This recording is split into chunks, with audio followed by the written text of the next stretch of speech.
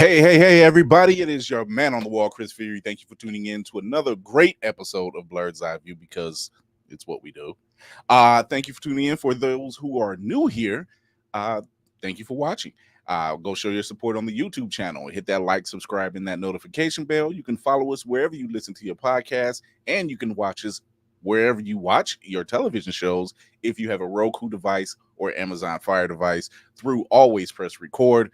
But without any further ado, let's get this started. My brother, the man on the other end, the preacher in the pulpit, the Blerd that has all the answers. Navy Montel, what's going on, brother? What's going on, brother? How you doing, man? I am trying to stay cool. Man, I just turned on my AC before I walked in this office because then I start looking like a hard-boiled egg. I'm damn near dressed like one now. Good Lord. Just saying. So you're going to like this. Okay.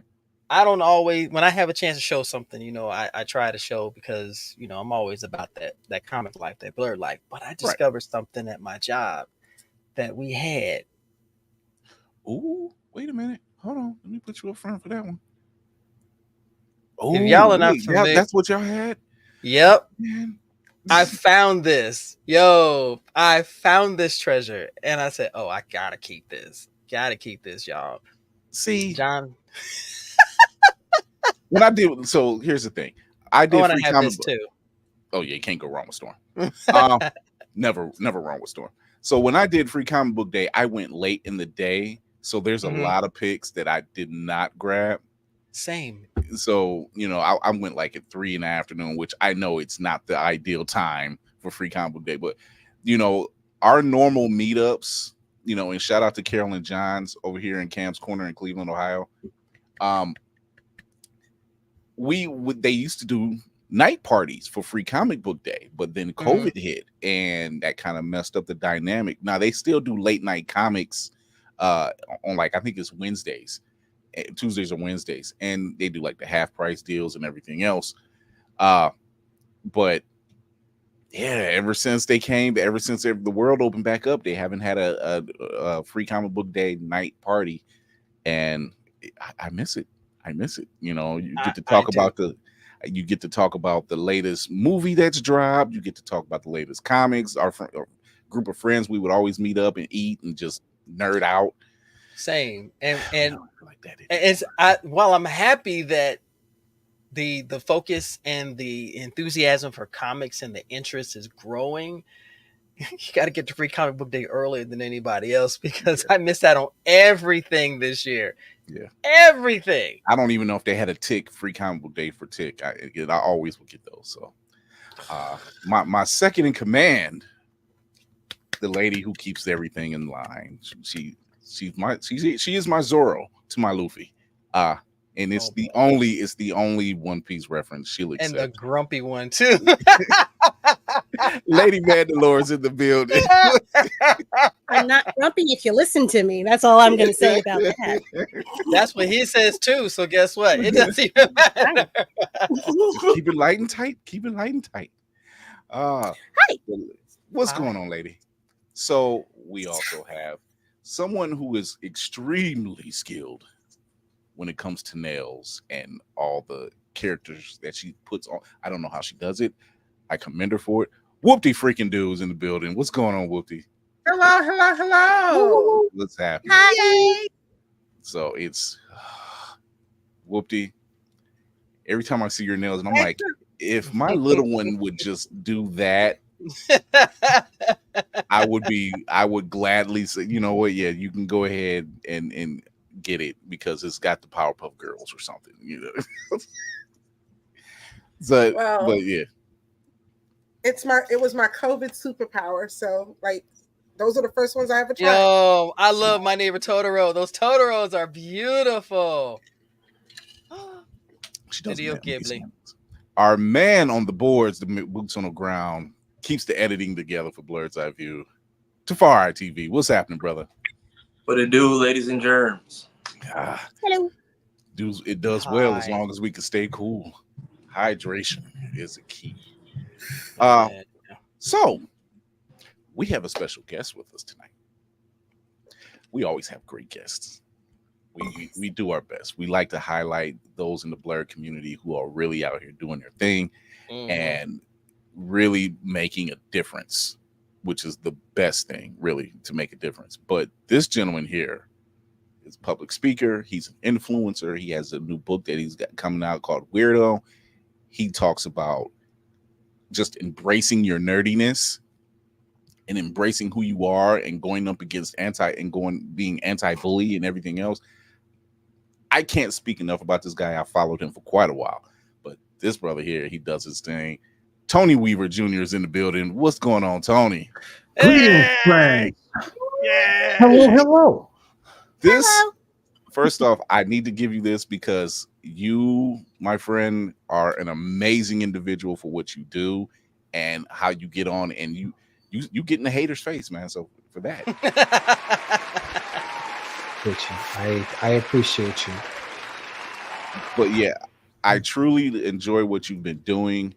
Going to the schools, going to different functions, and talking to these kids and letting them know it's okay to be different. So, how did you get started in this realm? Well, I think good context about me to have is that I'm from Atlanta, Georgia. So at a base level, everything that I do, every room that I show up in, the way that I show up is colored by the fact that I am from Atlanta, Georgia. So if somebody think they're gonna come in the comments and talk to me some type of way, you got to understand, dog. It's like I don't know what type of black person you thought I was. You know, sometimes people hear my voice, and sometimes people see the way I dress, and they're like, "Oh, he's one of those like Midwest, never had a black friend type of black people." I'm like, please understand. No. I'm from the black people factory. I'm from like when black people spawned in the United States, it was like my backyard. Like that's where I'm from. Let's go. Like K-Dot said, sometimes you got to pop out and sometimes. I think everything in my work is rooted in this deep belief that stories and storytelling, especially things in fantasy, especially things in like kind of sci-fi realms, all the things that require imagination are things that we can use to imagine a better version of ourselves and a better world for us to live in. And I try to champion that belief through all of my work, whether it's the videos that I'm posting, the work that I'm doing at my nonprofit, the things that I'm writing. I'm always thinking about how I can create things that help people show up in the world as their best selves. I can appreciate that so much. Lady Mandalore? Well, shit, I don't know how to fucking follow up with that goddamn. Unholster the gun, fire off. Honestly, just aside from your book, which comes out in September, everybody go pre-order it on Amazon and all the places that he has it available. I honestly have a question about Japan. I know it is not about your book, and I'm so sorry for that. I want to go next year. I'm planning on going for Star Wars Celebration. That is happening in Japan next year. You're right. It is. I don't know a lick of Japanese. I'm also quite dark skinned. I don't know if I need to prepare myself for all of the not Japanese. I'm going to be in a place that is very Japanese. Yeah. Oh boy. So I can provide some support there. Let me give some context for our friends that might not be as close as we are up here. So for my new friends, I'm a writer and I create stories like The Uncommons, which just came back on yesterday. So The Uncommons has new episodes dropping on Webtoon now. So we came back on Juneteenth on purpose. That was our pop out. The series came back just as Kendrick was taking the stage. I said, "There you go. You can't even you can't time it any better." Like Euphoria started, and then I get the notification. I said, "Perfect, beautiful, great." But I also have a book called Weirdo. That is the Nerdy Kids Instruction Manual for Self-Love and Self-Confidence.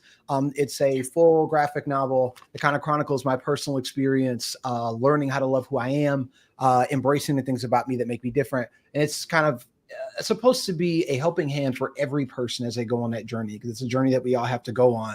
And Lady Mandalore, that is relevant to Japan because the way that I got Yes. started as a writer, I was writing, of course, when I was in school. I used to write poetry a lot. I trained at the Tupac Shakur Center for the Arts for about 8 years. So Tupac's sister, Satua, was actually my first poetry teacher. So we call her Aunt Sat.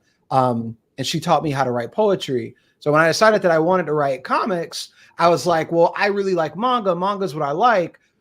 I'm going to go to Japan and study and study how they write in Japan. That was the idea. I was like, well, I gotta go see where all these stories that I like and that I fell in love with, where these stories got made, how they do it over there. I gotta go. So I spent about 8 months in Japan on a study abroad program, and I lived in Osaka, Japan. And what a time! I've had some. Yeah. I made some videos about the adventures of me and my 4 other Black friends. We called ourselves the Blacks and Five. And we were just roaming the streets of Japan in a way that was like, I feel like if we were older, we wouldn't have been that free. Like some of the what is it over here? Yeah, like the Sword Art Online statues that you see like on the top shelf of my thing. My friend won those while we were in Japan. Like we would go to arcades, and he was the only one that was good at the game, so we just give him money to go and like years and stuff. But I would say you need to know a little bit. Like you need to know a little bit, like a little bit of Japanese. Like even just so for example, there are services that you can pay for where like when you get to the airport, your little like hotspot pocket Wi-Fi thing will be waiting for you to pick up at the airport, and you just grab it so that you're connected to data for the entire time that you're there. And then you just drop it off in the like mailbox at the airport when you go back. Tiny things like that. I'm like, that makes a trip a lot better. Knowing how to ask like basic things or communicate basic needs, I think is always good because very few people speak English. Very, very few. Okay. The fact that you can do something like that. Where's our celebration happening? Tokyo? Yes. Yeah. Yes, it is. Yes, it is. I can't remember which. Yeah, it's like an offshoot. It's a little bit outside of Tokyo. It's about an hour's drive from the main city. Oh, that's good. So they're going to get a place we can take over. Yeah. I'm very excited. And Look, again, nervous. The fact that you said pocket Wi-Fi, and I'm like, here we are, nothing. Now, I'm gonna just say this: we already know that they're monitoring our stuff. I don't need them in my in your pocket. Quite so. And completely in your pocket. The Pocket Wi-Fi Chronicles were actually a very great time. I don't feel like I made any videos about this, but you got to remember, like, my phone was on airplane mode the entire time while I was in Japan. I didn't have cellular data. So the only time I had access to anything was if I was connected to Wi-Fi. For the first 2, like I didn't order my hotspot until I got there. So for the first 2 weeks, I only had Wi-Fi like when I was at home or when I was at school. So when I was in transit or anything like that, if I got lost, I was like, hey dog, you kind of you're kind of on your own. But when I did get my pocket Wi-Fi, it was like, don't let that thing run out of battery. Don't do that. Don't let it run out of battery. One time we were at a coffee shop, like at least an hour away from home, and we like it was on like 1%, and we didn't know what train we were supposed to take to get home. The trains were going to stop running in like the next half hour. So we really need to figure out which train we're supposed to go to. And we go in this coffee shop, and while we're waiting to be served, we plug in the hotspot, and the dude that was working there was like very upset with us. He was like, no. My friend, who is darker than me and has like dreadlocks and is also like very brolic, like ridiculous, like a heart of gold, like one of the most gentle people, but on paper looks like a linebacker. He was like 2 levels higher than mine. He was desperately trying to explain to this dude, we just need it so we can get home, and he was not having it. He hit the formation. He said, no, dameda, no. Wasn't a good time. We got home though. It's okay. I mean, eventually also in the end, one way or the other. Oh my God, Navy pocket Wi-Fi, some Japanese, and a backup battery.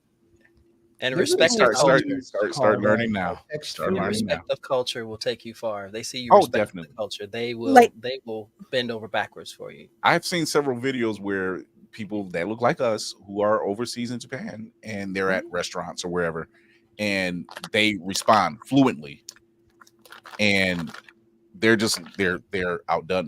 They love it. It varies just based on what part you're in. Like I lived in Osaka, but I lived in like a suburb of Osaka. So like it was near the city, but it wasn't the city. So I would suspect they had some familiarity with exchange students, but the neighborhood that I lived in, because I live with a Japanese family, it was like, yeah, for 8 months, there's just this 6 foot tall black dude just roaming around. He doesn't he speaks very broken Japanese, and he doesn't really say anything to you because he has his headphones on all the time. But I would get home really late at night, so people would I'd be walking from the train station and it'd be dark, and I'd round the corner and somebody would see me and they and I you know what? I buy that. I get that. I can see why that might. Yeah, I get that. That's wild. I can see why that might scare you. So, Nave, you got a question? Actually, first off, I want to say, Tony, I've been following you for a while. Good sir, you are amazing.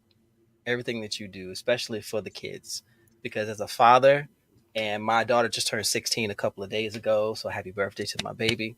Happy birthday. Thank you. I always want to, and as a older Blerd, I always want to see them comfortable in spaces and see folks like us. And you are a literal orator. You are like a prophet of it, as far as I'm concerned. That you may not accept that, but I'm gonna tell you straight up, I love what you do. Continue what you do, and just call on me if you need backup. That's all I gotta say. Navy's the kind of guy. It's a reason why we call him the preacher in the pulpit. But if you've ever been a fan of Firefly, he reminds you of Shepherd Book. He preaches the word, but don't let him fire off. The wrath. Look, I'm a nice guy, okay? We didn't say you weren't. Just don't be a basement virgin. That's all I ask. I think there's this interesting belief that people have where if you're Black and you're in a community where you're dealing with discrimination, there's this belief that the racist people don't have to play by any rules, but you got to be gracious about how you respond in any way. They can show up and say whatever they want to you, but if you don't, if you respond in kind, right? Like if they buck and you decide to knock, all of a sudden, and I think I'm with you on that. I'm like, no, please understand. Whatever energy you show up with, I can return it the same way, and it doesn't reflect poorly on me. It doesn't reflect poorly on me if I match your energy. And that right there, speaking volumes. I concur. So, my question for you, good sir, is: you've been doing this for a while. Mm-hmm. Other than obvious, what has been the biggest challenge for you as someone who is trying to convey this powerful message of self-acceptance and strength? I think so. For context, I started my organization when I was 19 years old. I was a junior in college. I won $500 in a pitch competition from the School of Business. And even that was petty because I was an acting major, and I had to take my required business class in the School of Business. And I found out about the pitch competition, and someone said something real off to me about what would an acting major be doing in a School of Business competition. And that Michael Jordan moment happened. It became I don't even know how long this concept is going to live for, but I do know you need to lose. It is not just enough for me to win. You must lose. And that's why I'm here. So we took first place with that, and we got $500. And I was like, $500, that's 80% of a PS5. We can totally change the world with $500. That's a lot of money. And what I found was that my optimism was a bit misplaced. So I think that's the challenge. I think maintaining the optimism. I have very bold goals that some people would say border on ignorant, youthful idealism about what type of place the world can be, what type of place the nerd community can be, how nerds can show up for one another. I have these very like pronounced, and some people would say like utopian views about how we can show up for each other as a community. And I think the only reason they feel so out of reach is because there are a lot of systems in place that prevent it from becoming reality. And maintaining that optimism while bumping up against those difficulties, I think is the place where I struggle. Like my organization, we're in productions. We do a lot of work around mental health. Over 500,000 kids a year, we're giving them mental health curricula completely free of charge, partner with comic books and different workshops that their teachers can facilitate. And when we started, we were initially going to schools, trying to get things implemented in schools. And the principals would tell me just straight up to my face, like, hey, this sounds like a cool program, but I don't have a budget item for mental health. Like, we don't really have any tools or systems that we're using to gauge mental health right now. That's not really a mandate that we have. Like, it'd be nice, but that's not really what we have. And then my question became like, well, what are you focused on? And they're like, well, we got to get them reading. We care about literacy. And I'm like, well, comic books do help with literacy. On average, they include 90% more rare words than prose. And I'm going and grabbing all these studies and all these visual things. And now just for me to go and heal a kid in here, I gotta go talk to this gatekeeper over here and explain how comic books help literacy, because that's the only way they'll let it in. And I think that with most of the work that we've done, especially in institutions that are a bit more bureaucratic, whether that's schools, whether that's healthcare, whether that's philanthropy, the challenge is always, on paper, we both know that they need what I am trying to give them, but you won't let me buy unless I jump through your specific hoop. And everybody has a specific hoop. Yeah. And over time, that gets a little demoralizing. But I feel like it's worth it in the end. I think I agree with the comic books helping literacy. I mentioned Carol and John, which is a mother and son owned comic book shop here. And there's a story that John, the son, tells about his grandfather, who was an immigrant. And that's how he learned how to read, was through reading comic books. And John, who is naturally born citizen, he just passed him off to his grandson, and he became this guy that owns a comic book store years later with his mother. So I always found that to be, and I agree, I found that to be a beautiful thing when people, you just can't push a book in a kid's face and expect them to read it. But if you push a book in a kid's face that catches their attention, and comic books always catches a kid's attention, grabs their imagination. It allows the imagination to flourish and grow, so they can create more and not feel like they're being gatekept by those who think they know more. Exactly. Speak on it. Yeah. Because comics where I got to. That's why I'm weird now. I got 13 long white boxes, no waiting. Tafari, question. So first, I know you were like very tired, so thank you for letting us do the shoot at MomoCon. Man, I was gone. I no sleep, voice gone. And I didn't catch your press conference because they had it so early in the day, and I didn't see it till after. So I was like, well, now I feel bad because I was trying to talk to him, but I didn't get a chance to like interact with him like everybody else. Also, my bad about the shirt. I will get you one another day. I will get you. I owe you a Gear 5 shirt. But with being in the realm of just the internet, how does it feel to have this following that you've gathered, now have this anticipation for this thing you've created with Weirdo coming out? So I think the way that I keep myself balanced, and this is a point of vulnerability for me. So I asked it to be shared respect. I asked it to be kind of like treated with respect, right? I don't know how many followers I have because I don't look. Like, I haven't actually looked at my profile in like a year and a half. I don't know. I have absolutely no idea.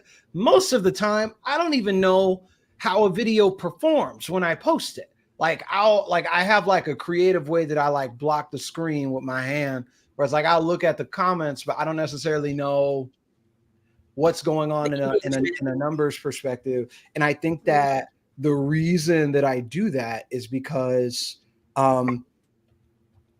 what I've noticed for myself is that it's very easy for me to feel discouraged sometimes. But if I believe that what I'm doing is the right thing to do, I have to let that belief and that understanding that what I'm doing is just drive my actions. So for me, I'm like, a following is good. And you know why? You know why a following is good? I didn't have a lot of friends growing up. Like in Weirdo, that's one of the things that I talk about. Like when I started to make friends, I was like, I genuinely do not know what to do because I have not had friends before. And even those friends, like in a lot of ways, it seemed like, well, you know, we're a group and we love each other, and Tony's the nerdy one. So even when I found community, it wasn't necessarily like all of my friends were like nerds leaping off the wall about cartoons like me. So I feel really lucky because I feel like I get to create something for others that I didn't necessarily have myself. Like it's my hope that in the videos that I post, like in my Discord and the community that I curate, that it's a safe place for people to show up and be themselves and talk about the things that they're passionate about. Like in my Discord, it's wild. There are kids who were like 14 when they joined my Discord that are graduating from high school. And I'm like, this is wild. Like they're going to college and studying creative writing. Like what? It's the inspiration. So amazing. It's the inspiration, and it's crazy when you say that because I fortunately was not one of those kids. I was never bullied for my nerdiness or anything else. But by the time I got to like middle school and high school, you kind of have to find your tribe. Yeah. And by the time I met my wife, she was just like, "You're like a thug nerd," and like Michael Jordan, he seems to come up a lot. You know, like I kind of took that personally. I'm like, I don't even know what that's supposed to mean. But she said, well, you have an edge to you, but you're nerdy as hell. And I'm like, oh, okay, just don't use that term anymore. But it was fine, you know. So, but yeah, I think that's commendable when you have, like you said, you have a 14-year-old kids who are in your Discord, and now here they are graduating high school because you made that influence in such a positive impact that they're passing it on. It's being passed on, you know, because now what you've done has imbued them with some confidence and in strength, and now what they're going to do will do the same for someone else. We should hope. We should hope. That's the goal. Like I'm never arrogant enough to believe that I am the sole entry point for the solution. I do not entertain any delusions that what our community needs, what the nerd community needs, and what these kids need is something that Tony Weaver Jr. has to be there to provide. But what I do think is that the people that the people that would have those solutions are not going to be able to come up with them if they don't love themselves and if they don't love who they are. So the idea is, I'm going to make sure that everybody loves themselves. I'm going to make sure that you embrace who you are. I'm going to be this shield and stop you from these and kind of protect you from these fundamentally broken people seeking to tear you down. Because I believe that on the other side, you will come up with the thing that'll help everybody. I'm really just a bridge. Like I'm just here to make sure that you get across safe. And as soon as you become that person, like you can literally leave me behind and throw me away like a Sesame Street doll. Like that's fine. I'm literally just here so that you can hit that moment of self-actualization. So one of our crew members, Geek by Heart, you had a chance to speak at her school a couple, not what was it, last week or maybe the week before, and that was last week, and she said the experience for those children was profound, and she really appreciated that. So when she let me know, and I'm like, oh yeah, he'd be perfect, you know, because she's in education, and one of those things you want to see in that realm is just that fostering of young minds. A lot of people don't understand that whether it's elementary, middle school, even high school, these minds are very susceptible to being molded in the wrong way. Yep. or in the right way. You know, some people have a villain origin story. You know, I think what I notice is that the things that you teach a middle schooler become the things that they need to talk to a therapist about in their late 20s. oh, So like that 6th through like maybe 9th grade moment is so crucial, because it's in that moment that we're starting to establish core beliefs. It's in that moment that we're starting to establish like our worldview. And if the wrong thing gets swirled in there like Chemical X, you get kids parroting like Andrew Tate talking points. So now you got a 15-year-old being like, "Oh, these thoughts," and you're like, "Whoa, hey, who taught you that? Where did like, how do you even know that right now? Like, where'd you get a bald head and sunglasses? That's my question. Exactly. And it'll happen so quick. Like you turn, and you come back, and it's like, it's too late, mother. If she breathes, she's a thought. It's like, oh no, how did we get here?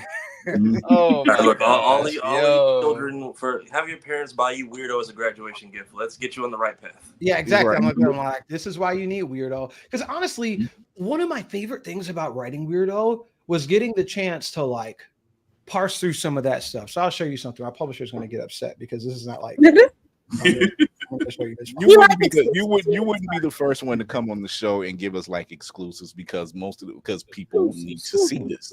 So we have a chapter in Weirdo where I get a crush on somebody. Like I see a girl at my school, and I develop a bit of a crush on her. Like it's like a very immediate like moment. And I spend the whole chapter like trying to figure out how to talk to this girl, or what to say to this girl. And in my brain, I go from 0 to 100 like very fast. I'm like, I'm like, oh man, I'm in love. I don't know what to do. I can't afford a house. What if she wants too many kids? What if she doesn't want kids at all? I don't know. Like it's very much just like very pure, like, I love, therefore live life with this person, live life for this person. I love this person. And in the chapter, one of the things that one of my friends says, because like, I guess the parallel is that in the real world, Tony is like smitten with this girl, but also one of his friends is like writing a fan fiction and like attempting to like balance out, how do I ship these characters? Oh, wow.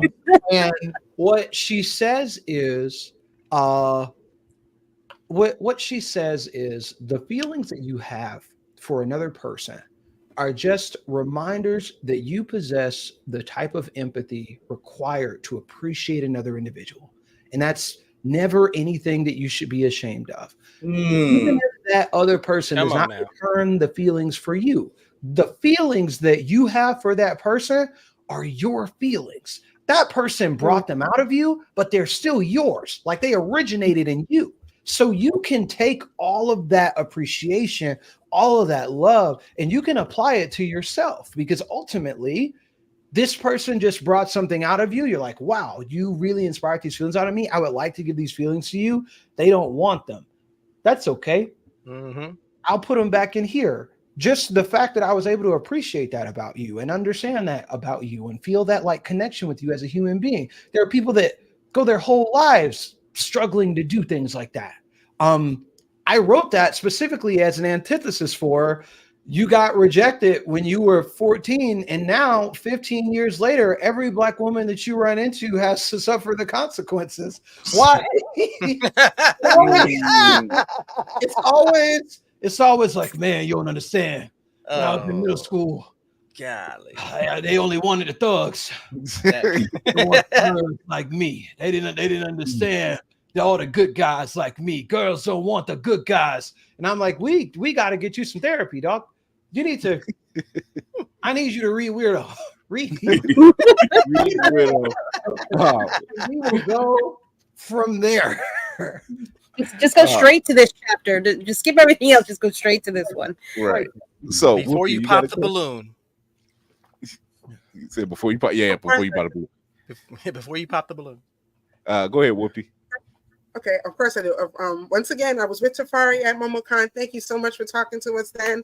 I appreciate you being able to find the energy to and to interact with us. My question for you this evening is: you said that you're a writer and you've done the Uncommons and you're doing the manga that's coming up, Weirdo. Has there ever been another genre of writing? I know you mentioned poetry that you would see yourself expanding into. So, aside from the Uncommons and Weirdo, I have an isekai series that got acquired by Macmillan called The Dream Frontier that I have written. I've written the first book for, so that's in production right now. I actually, I owe my team an email about that. Actually, yeah, it's a good reminder for me. But the Dream Frontier is like being drawn right now, so the characters are kind of popping off the page, designs are coming in, and I'm super excited for you all to see it. But additionally, I think there are sci-fi stories I want to write. There are like dramatic comedy stories I want to write. Personally, I would like to write a live action show about my time in Japan that is Atlanta mixed with the Big Bang Theory. And I think it would be absolutely hilarious. That sounds like a show for Blerd Station. Live action sitcom. Here it is. Kevin, we'll set that up. I'll try to get that set up for you. But yeah, we it's something that we're doing at Blerd Station, where we are as soon as launch streaming app, which dedicates itself to showing Blerd centric content, live action, anime, manga, speculative fiction, sci-fi. So we have a combination of animations that's coming on there. We have a combination of live action movies.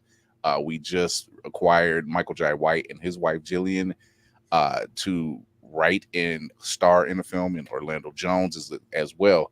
So something that like what you're just like an Atlanta / Big Bang Theory. Yeah, I would like to see it. I would like to see watch it. I would like to see it. I'd be a gopher. I've been a fish out of water twice in my life. I can play a part just off of memory. Oh man. So Cinematic Assassin, you got a question? Yes. Tony, first and foremost, thank you for even being here this evening. Secondly, thank you for being you. As weird as that might sound, like you sound like the person I needed when I was in 6th, 7th, 8th grade. So I feel like the work that you are doing out in the world in our community is just inspired, and just thank you for existing and continuing to carry that cross. What I did want to ask, I am sort of a big mental health advocate myself. I preach about it on the show every time that we close out. It sounds like Weirdo, you got to walk through a lot of your own experiences and putting them on the page and getting to the place of self-acceptance and self-love. Do you feel like that was therapeutic in and of itself for you? And what was that journey like?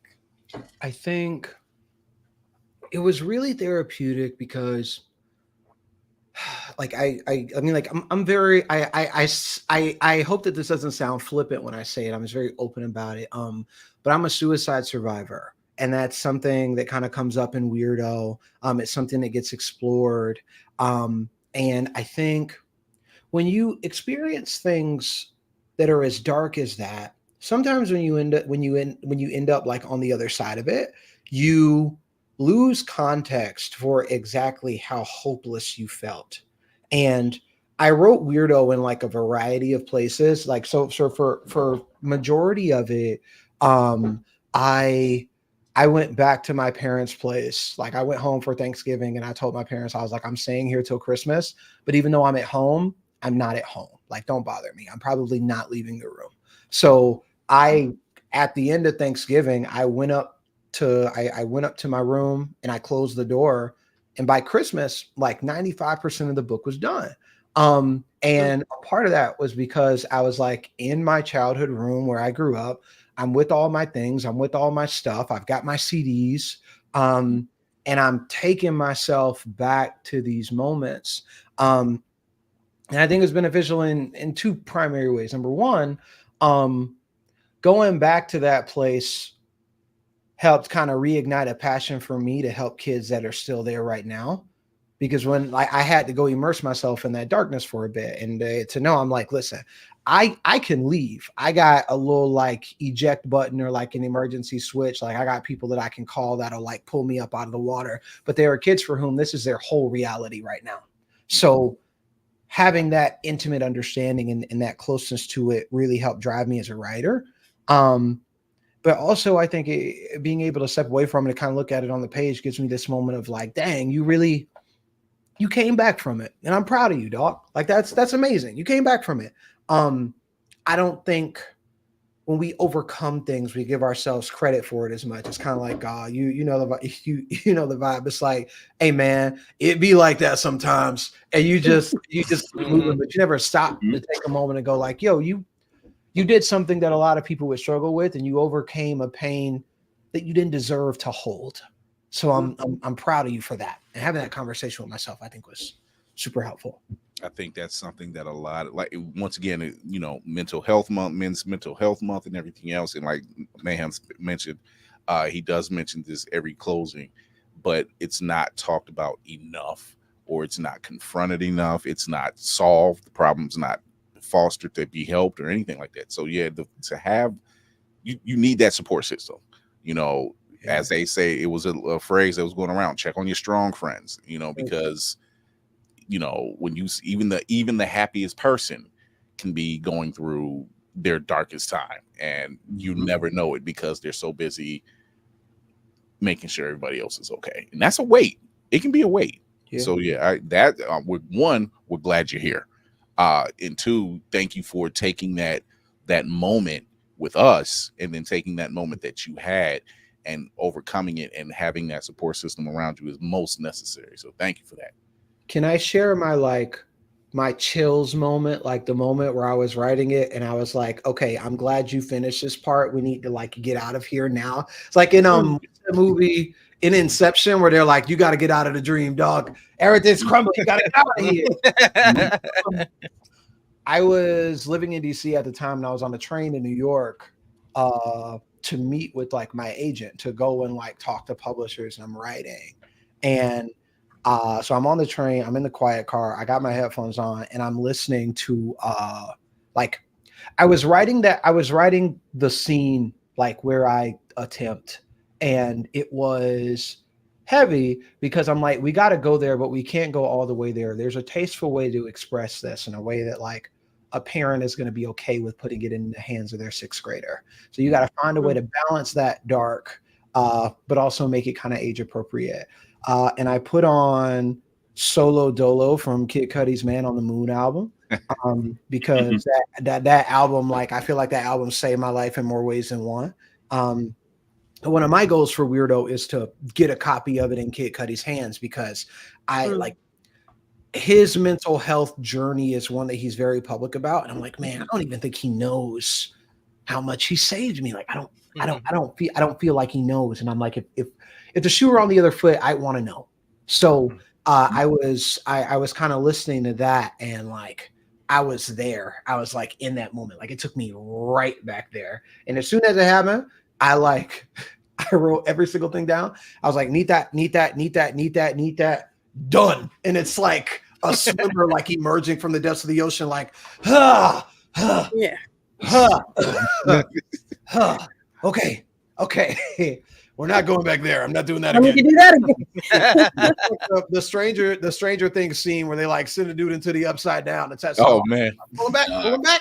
Kuma from Nerdy Bear Studios, he has a question. He says, is creating your works, how do you approach your intersectional moments through like cultural neurodivergence, lived experience, if that makes sense to you? So for me, writing is like math. If you think about algebra, you're like a squared plus b squared equals c squared, right? I show up with my c squared, which is basically, as an audience member, how do I want you to feel? What do I want you to walk away with? What do I want you to learn? How do I want you to shift? What is the way that I want to impact you at the end of this narrative? Because for me, I'm like, I'm too lazy to write just for the sake of writing. Like if I'm writing, it's for a purpose, and that purpose is normally because I want someone to understand something. I want someone to feel something. And as a neurodivergent person, I think a part of it is also I want you to know how I felt so that we can better understand one another. So when I write, the plot points have to add up. So if you think about dialogue, right? If we start a scene and 10 lines in, character B is yelling at character A, that means that I have nine lines of setup. You got to feel that momentum build. You got to feel that grow. The way that they speak, the way that they're like kind of angled towards one another, everything has to add up. Because for me, and I feel like this is a part of like where the neurodivergence becomes a superpower. For me, if it doesn't add up, I can feel it viscerally. If it doesn't align, then it's like if it doesn't align, then it is like to me mentally, it feels like having a wet sock. Like not a soaking wet sock, but like where you step on like just like one drop and you're like, it's not soaking wet, but it's also not dry. And I can tell, or like a rock in the bottom of your shoe. You're like, that's not supposed to be there. Mentally, that is the sensation that I get when I'm writing something and it doesn't add up. So what I try to do is lean into my message. What is the message? What do I want you to walk away with? And if I look at it and everything doesn't calculate, then I got to go redo my math. I got to line things up properly. But it's weird because it's like most people look at writing as like creative, it's free flowing. And I'm like, for me, writing is not creative. For me, writing is like building a puzzle, but you don't know what's on the front of any of the pieces until you've already put all the pieces in order. It's like doing a puzzle with it flipped over. Like you take all the pieces, you make everything fit, and then you flip it, and you're like, oh, there's the image. There's the thing. But prior to that, you're just in the dark. You're like, I don't even know if this is a puzzle. I don't even know. I don't even know. Which would make you wonder is like, why'd you choose to be a writer? But it's like the only thing I'm good at. So we're here. I kind of know that feeling when I plan to do stuff and I'm thinking, my wife, what are you doing? And I'm like, trust the process. It's gonna plan out. Don't ask me how I know. It just will. You know, so yeah, I kind of get that part. Smart. First, sir, want to say it's nice to finally meet you because I know I've been following you for a while. Guess when I came on, I ran to a description of myself, which I had the most confused look. It was like you were describing a dude like, well, he's about the size of a linebacker, and I was like, I'm walking into a description of myself. So you might be kindred spirits. He wears bandanas too. Oh, good Lord! Oh, good grief! But hey, I'm not against that. But no. Aside from that, at first I gotta give you your flowers, man. Like you, I like working with children. I like letting them know that it's okay to be themselves, to be nerdy, to be geeky, to express yourself, to just because that's my big thing. Because I have two kids of my own. He likes Corey Kenshin, and I feel myself being like Dave Chappelle, like who the hell is Corey Kenshin? But turns out he's an all right dude. Honestly, the best person that your son could be watching, frankly. If I had to pick one streamer to leave their content on for a budding teenager, I'd be like Corey Kenshin. That's it.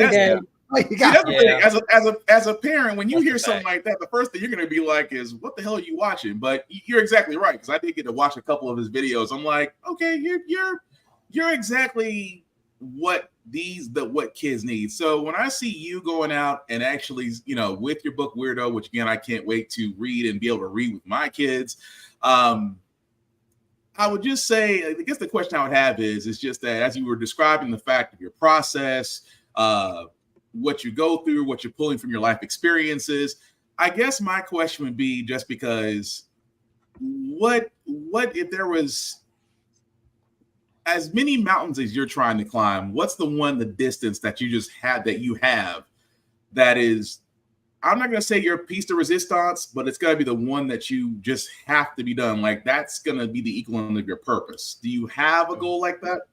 I wrote a film and TV treatment, or I wrote a film treatment for an animated film about 1.5 years ago. And so normally for me, like, how do I put it? Normally when I write, I don't spend like it takes on average, it takes me like a month to write a book. So like if you don't bother me, I'll outline it and then I'm like, all right, the outline's done. I'm gonna go write. You give me 3 weeks to write it. At the end of week 3, I send it to my agent. My agent's ready to grab it and edit, give me notes. And then I take those notes and you give me a week to implement the notes and then we're done. And I go about my life. Because I write so many things. I'm like, I can't be like in writing all the time. But normally I plan it. But this story I didn't plan. It just landed in my heart. And I needed to write it. So I like push everything off the table. I was in my writing group talking about it. I was like outlining, and I hadn't done an animated film script before. So I was like, I'm going to do the treatment. We're going to pitch it. And at the time I was signed with this film and TV agency that reps a lot of big A-list people. And I called my manager and I was like, listen, I got this idea. I think it's really good. I think it's amazing. I think it's going to like change the world. And I think a part of why I was so big on it is because in my head, it was a Disney movie. I was like, this is a Disney movie. This is one that they pour marketing into. When I go to Disney World, they're going to have a Skyliner cable car themed after these characters. I'm going to see these characters standing in the park waving at kids, and kids are going to line up with their parents, and the line will be like out and around the corner just to get a picture with these characters. That's how like incensed I feel about the story and how universal it is and how necessary it is. And I gave it to my film and TV manager. And he looked over it and was like, wow, this is great. No notes. I'm ready to sell this right now. And I go, cool. And a month goes by and I don't hear from him. And I call him and we get on the phone and he goes, I love the script. Great story. Seems like it's really deep in animation. Animation's not really my thing. I feel like you should find somebody that works a little better with animation. And I was like, did you just break up with me because I gave you a good script? What? Is that how this is supposed to go? And it like shook me a little bit because I'm like, I'm a writer and I gave you a script and it's a script that you like, but it's going to require work to sell because it's animation and you don't want to do the work to sell it. So you're just going to drop me. And that feels weird because I thought that your job was to sell things. I don't understand. Better good. It kind of made me like curl into a ball a little bit, but that's a long version of saying I still feel like that movie is a Disney movie. I feel like that movie is like a Disney film animation, like an Inside Out or Turning Red or something roll, like that. Roll out the red carpet, commit the budget to it, promo it everywhere. Attraction at Disney World and Disneyland within 5 years of release. Like that's how strong I feel about this idea. And I'm gonna make it happen. I think I have like deep-seated desires for like all of my stories and where they can land. But I think that for that film in particular, that's the most ambitious because to me, I'm like, it's so good. I don't need to do anything else before I do it. Like if you think about it, some people like think about Lin-Manuel Miranda, right? Like he's writing everything. He's like music from Moana, music from Moana 2. He's writing the music for Mufasa. I was like, I didn't even know Mufasa was going to have music, but I would not have called Lin-Manuel Miranda. Like I don't hate Lin-Manuel Miranda. I got Hamilton memorized. I don't know. He wasn't on my list to call for the Mufasa movie, but who knows? I don't. Maybe I'm the one that's out of pocket here because I'm sure he's gonna show up with some heat. But a lot of people, when they get things of that scale, they got to do something else first, and it makes people go, "Oh, you're trustable. I believe in you. You have a bankable name." Then I guess we'll do this now. We'll give you this opportunity now. But I audaciously look myself in the mirror every day and say that my first foray into film writing is going to be like a flagship Disney film. And I just believe that. I just own that because I think I'm that good. You said it right there. You hit the nail right there on the head. Like you believe it. You're owning it. You said, I want this now. I don't want to hear anything else. And that's what I'm expecting it to be. Yeah, so to have that level of confidence and belief, not just in yourself, but in what you're creating to put out in the world, says volumes about your character.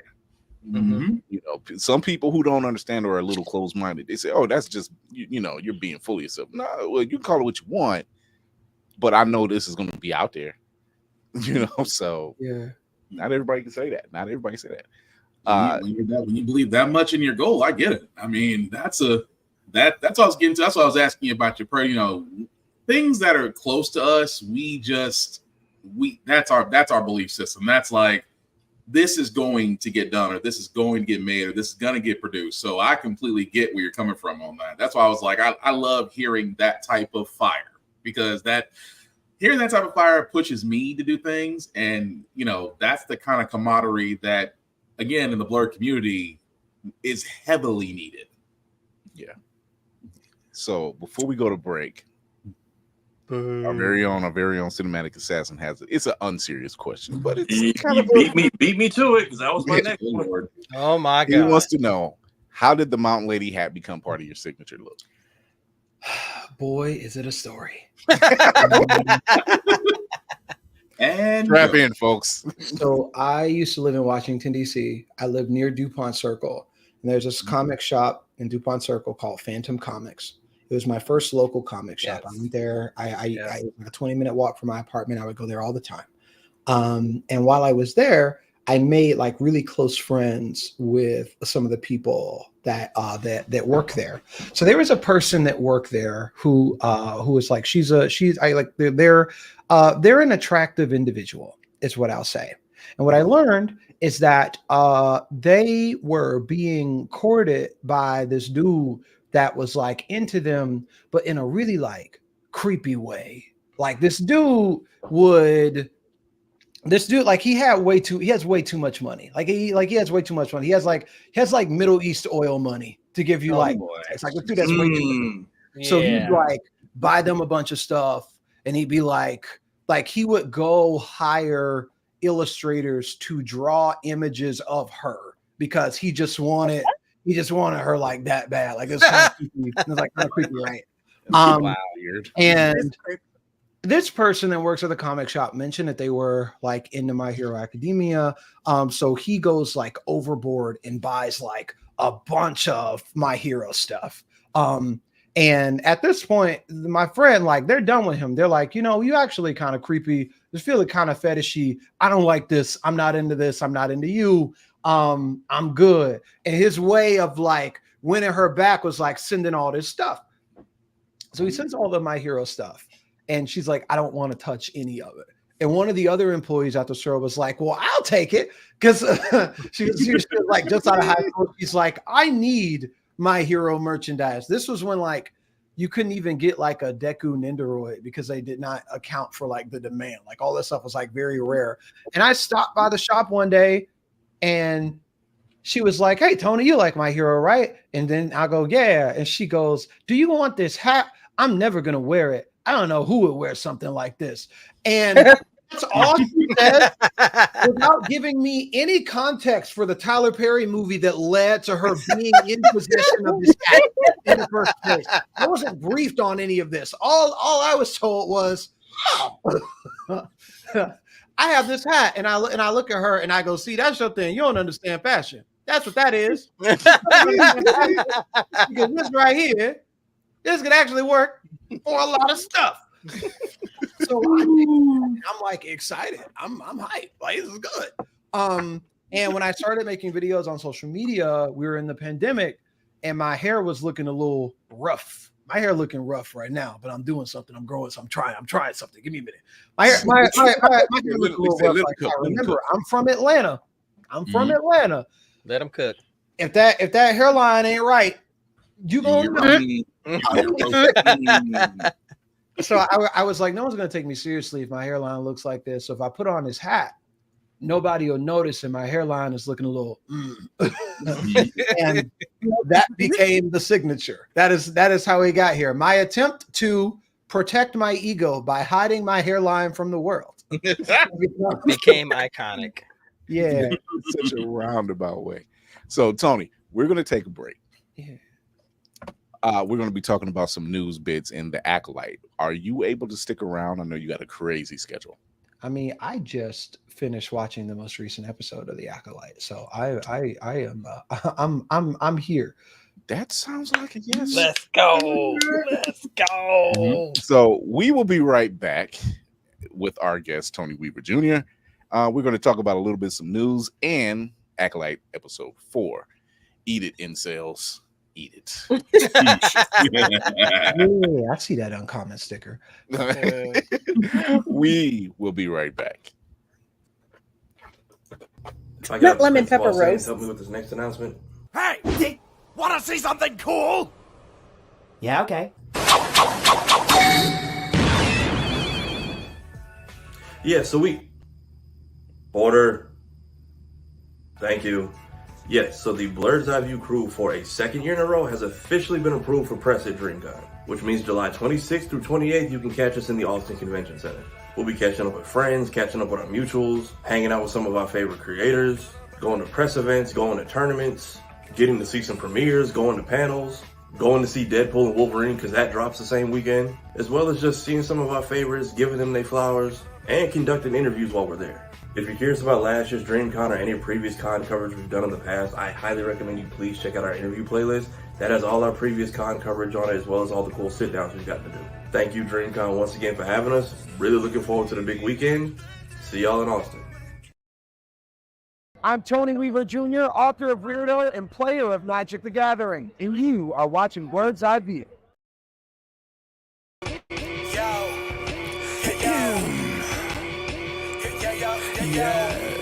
I'm back, yeah. Look, crazy 8th degree, nerdcore rap guy. Got into a dual fate and I just pulled a trap card. Third-rate rappers with a fourth-rate catalog. Destined for the shadow realm, y'all should never act hard. Flow is so insidious that I need an apprentice type. Master with the force, peep the context in my sentence, right? Phantom like the Sith is, just don't ask me what my pen is like. They know that I'm the menace, who you kidding? Bitch, I'm Dennis Knight. Sweet to drive, hide-headed, rhymes are Shirley Cole. Tested, you can never twist my metal like the jury goes. I ain't never mad when I push it to the max. I got Chris riding with me, about to turn this bitch to Fury Road. Since animated, I'm the one the crew congratulated. Winners will provide protective cover like it's laminated. Damn, I made this 16 like a guillotine. It's fascinating. If you think that you're ahead, you get decapitated. All that aside, I ain't merely here to rap words. I'm here to tell you who representing for the black nerds. And to remind you, neither one of these are bad words. Biggest living mirrors, they just choose to see it backwards. Who be the leaders of discussion when a topic trends? Dissections got the culture under microscopic lens. Who got the type that you can miss it from the start and make you feel like an expert on the subject by the time it ends? Check the stat, Louis, viewership is mad nice. All these other shows don't seem to cut it, that's a bad slice. Off the books with unscripted jewels you can't write. No vampires, but these interviews don't end right. Yeah, this is the best part. Rhymes on Mandalorian, Independence made the best score. Starting a war with these stars, you won't get far. This is the way you play a game of life or Death Star. So far removed from the drama, we don't notice harm, but won't hesitate to shed a light like a Patronus charm. With mischief managed, troubles at a disadvantage. Must be something in the water, dip your toe because you know it's warm. Where can you find another show with such a fine cast? And if you try to box them in, they playing Minecraft. And basically to sum it up like you define math, this crew's the best and it figures like a line graph. I'm Mary band like the words I do. Level-headed, you don't have to have absurd IQs. They know you can relate because they're nerds like you. With their help, you'll see the world from a blur's eye view. Yeah. You are now tuned in to Blerd's Eye View. And without further ado, we out. Yeah.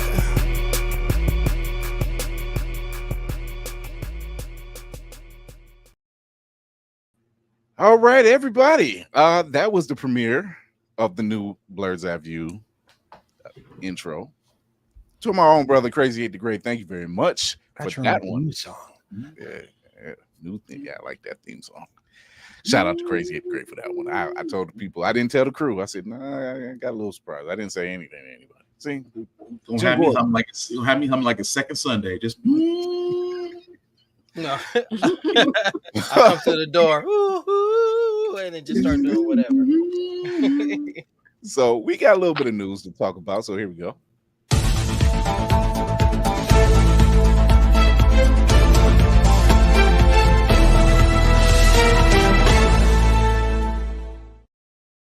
So on a somber note, we have lost as Lady Mandalore put it, and I said it as she thought it.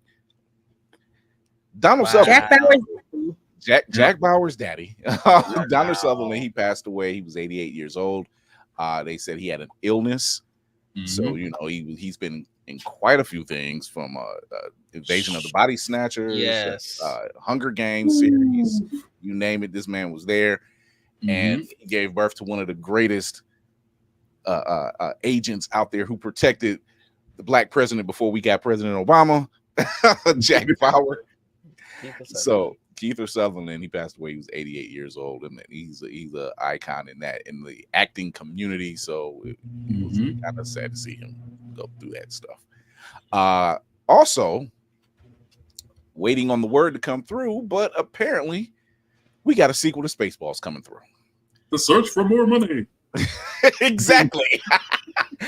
Josh Gad will be acting and producing, and Mel Brooks will be helping him to produce as well.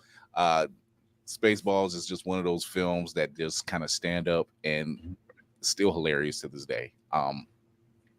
Every time I get a pick, we just need Rick Moranis to come back for one movie. I need Dark Helmet. If him and Michael Winslow, I need both of them to come back. Like, this generation isn't ready. That's all I gotta say. They're not ready. Are they never ready? They're never ready, but it's gonna be funny just to see that comb the desert. We ain't found. Standout movie. As you heard earlier, our guest Tony Weaver has appeared his animated series back on Webtoons on Juneteenth, and another person as well. K. Dot did it again. Let's go. Look, when he started the concert with Euphoria in the meditating piccolo pose, that just told me how the rest of the night was gonna go. Look, I commend this brother because, one, I'm a fan of his work anyway. Two, the fact that he managed to unite all of LA, all hoods, all different backgrounds, peaceful, in a pop-up event, and they filled the forum, and everybody and their mother was there. Roxy Hayes. Everybody and their mother was at this event. But to air it on Amazon Prime, and the chat in the Twitch channel was on fire. That was an event to see. I love hip hop, and to me, he's an epitome of that culture, because he stands on his business. It doesn't have to be played on the radio. What he's talking about is necessary for the culture to hear. What? Let's talk about that. That was some fantastic camera work, by the way. Yeah, the cameraman was very patient. That was a master class of F around and find out. All I can say and then getting the. No, go ahead, Spar. Go ahead. I was gonna say, and then having the West Coast OG give me the okay before I quintuple tap you. Just. We were in our own chat, and I'm like, he's running it back again. Again. I should have been funny. I said, "Do I hear 5?" And sure enough. All I got to sit there and say is somebody picked up gardening after that. Somebody put the mic down and picked up a garden hose. It definitely was an event. It definitely was an That event. man was crying in the shower. I don't care what nobody said. That boy was crying in the shower. He's still crying in the shower today. All I got to sit there and say somebody's listening to Pound Cake on repeat right now. Stop. Wow. Okay. Oh man, it was definitely an event. Hellspawn Cosplay said it best. He was like, he needs to just go back to Canada and just be a dad. It's great. Just be a parent. If he can be good at that, anyway. Why did you move to Texas, sir? Why? Why would you go there? It's not safe for you there either. Go north, baby. Go north. Because it's ass in the state, Tex ass. That's probably why. So just yeah. You're That's not the best way to experience the slave experience. You don't go south to go north, baby. You gotta No, it is not. It is not cyberbullying at this point. This is all the smoke you asked for. This is rules of engagement, sir. You fired first. Now here comes the you asked for the rain. Here it comes in droves. Holy cow! I saw that movie. That was incredible. I heard several accounts have said, yeah, Kendrick will never be dissed at this point. In all the years I've been listening to hip hop, I've never heard this level ever. I firmly believe that if Drake had called me to ghostwrite 2 songs in, we could have turned this around. If he had called me a little earlier in the process, we could have turned this around. But it was a point of no return. The A minor line was the point of no return. I said, I can't do anything. I can't help you. No, one of the funniest tweets when the concert started was that A minor is going to sound like the boom from the Oppenheimer bomb when they go off tonight. Mm-hmm. But yeah, he had a star-studded event. Everybody came out on stage. LeBron James looked like he was getting ready to go, and Savannah said, "No, you're not. You're not." We got Bloods and Crips on stage.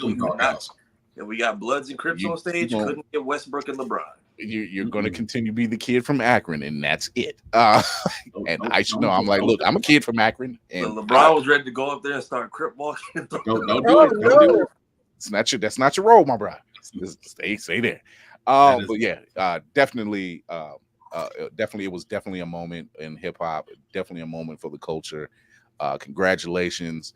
I don't know if those tickets were free or if they were cheap, but I will tell you this: Amazon Prime looked and said, he just made us money, and he just made a lot of money, because now people are looking for albums. They're going to get in some of his older stuff, and yeah. Streams and purchases for Kendrick. Actually, I did a quick check on that. They've jumped up nearly 47%, and that was as of 3 hours. Wow. As of 3 hours ago, TD Entertainment right now is enjoying that windfall, because shit. Just literally, he said, I'm going to kill your career and win so many different ways. Next time, the man won a Pulitzer Prize. Come on, why would you? I look when he said call Tony. If you were gonna call Tony. In the spirit of what he said, you could have called Tony. The warning shot was said when he said, and I knew it was on when he sat there and said, "Don't tell lies about me. I won't tell truths about you." That was the warning right there. That was your out. No, you want to know what's a gift that keeps on giving? Go and read some of the comments on the Kendrick diss tracks like once a week. There's something new there, and I laugh. The top comment on Meet the Grams is, I truly believe Kendrick wrote this in the dark with a quill pen in one hand and a gun in the other. Next time, let Tony be your ghostwriter and don't get actual ghosts. You see how many people were on stage? These are all the people who was like, I would have got on Instagram the way Snoop did Gayle King, but we got like businesses and stuff we don't want to F up. So by all means, like when Dre was just like, I see dead people, I'm like, yep, there's the cosign. That is the finish. I haven't seen that many brothers on stage since Wu-Tang. That was the Wu-Tang Awards. Here's the see, so like Tony said earlier, he started out in poetry. Kendrick is a poet. He's right. Maybe if Drake had brought Tony in earlier. I try to look at rap beefs with like some level of realism. Like I'm just like, hey man, it's just music. But when Drake did the like Tupac deep fake thing, I was like, that's not good. That's not, don't do that. I was like, it's not a game anymore. Like you could have just put out another song and it was fine. But from an optics perspective, you co-opting the voice of one of the most iconic, necessary, and legendary artists in this genre, like a true leader in our community. I'm like, whatever they do to you after that, you deserve it. Because I feel like if you had an ounce of respect or honor, even you wouldn't stoop that low. And that Right. I'm like, I can't be around for what happens next. That I don't part. know. Initially, I was Oh like, no, I'm gonna watch and give him a initially, I was mirror like- so he can see I what's was happening very- to him too. I was very much like, that's corny and I'm not gonna listen to it. But then when I listened to it, I'm like, yeah, this is like solid wordplay, but this is very disrespectful to basically ghost Respectful. in two of the West Coast legends and basically say that they're both disappointed in him, one from the grave. And then to do it on Snoop's holiday, no less. You woke me up on 420 for this?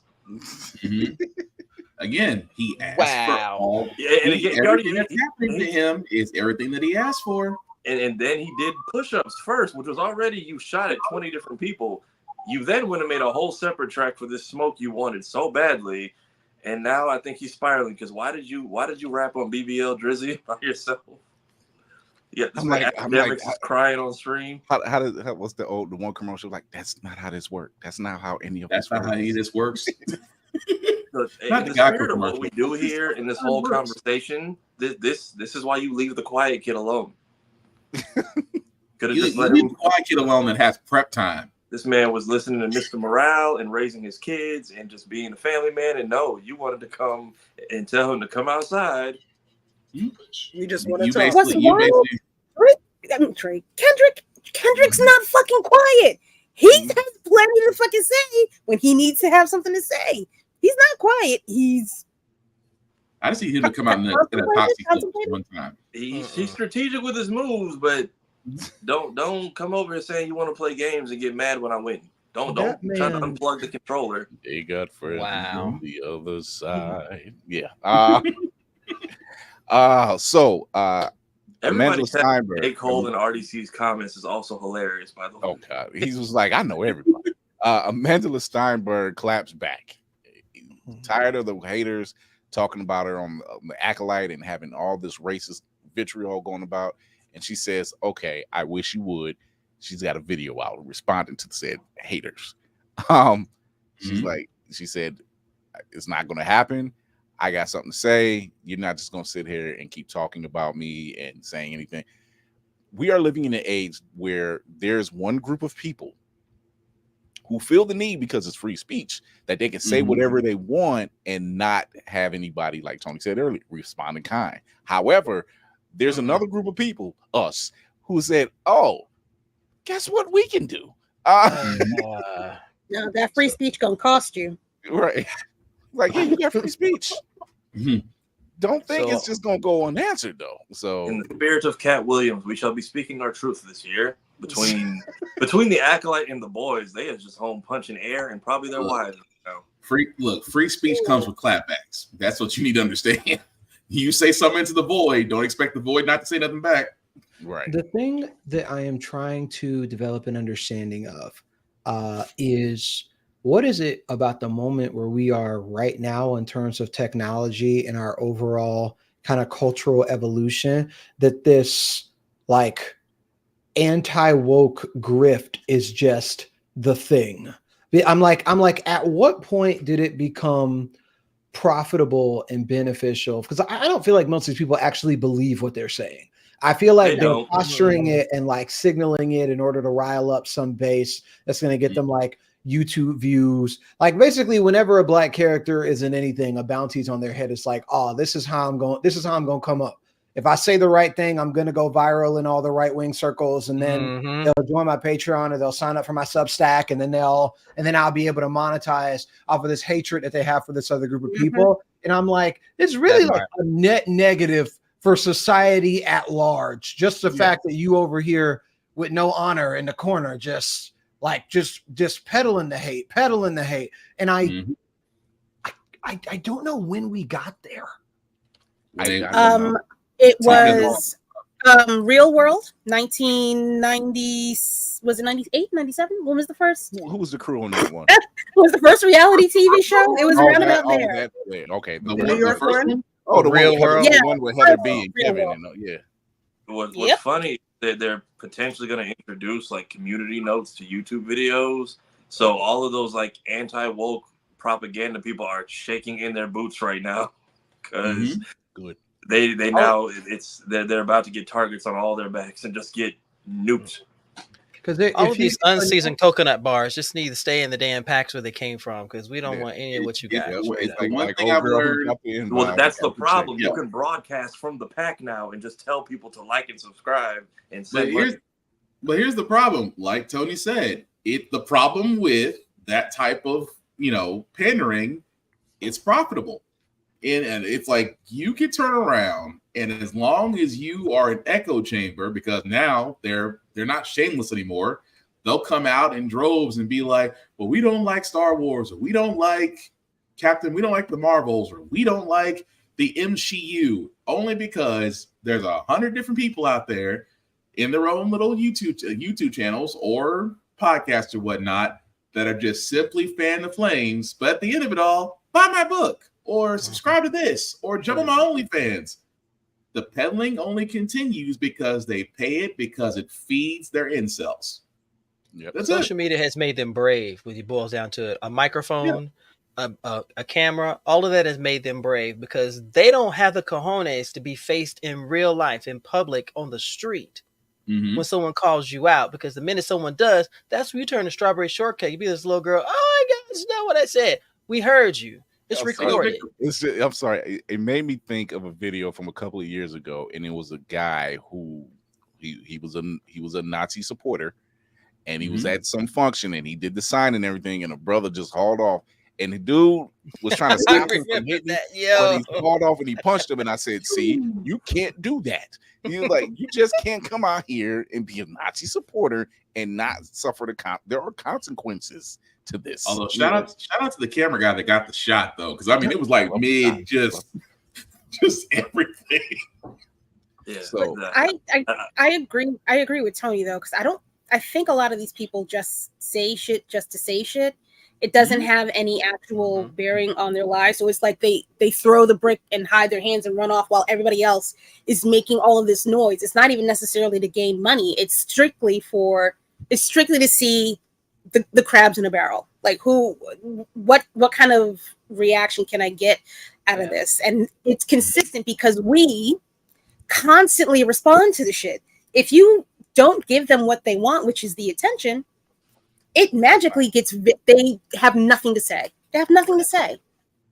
They can keep trying to say it, but it doesn't even turn into an echo chamber at that point. Right.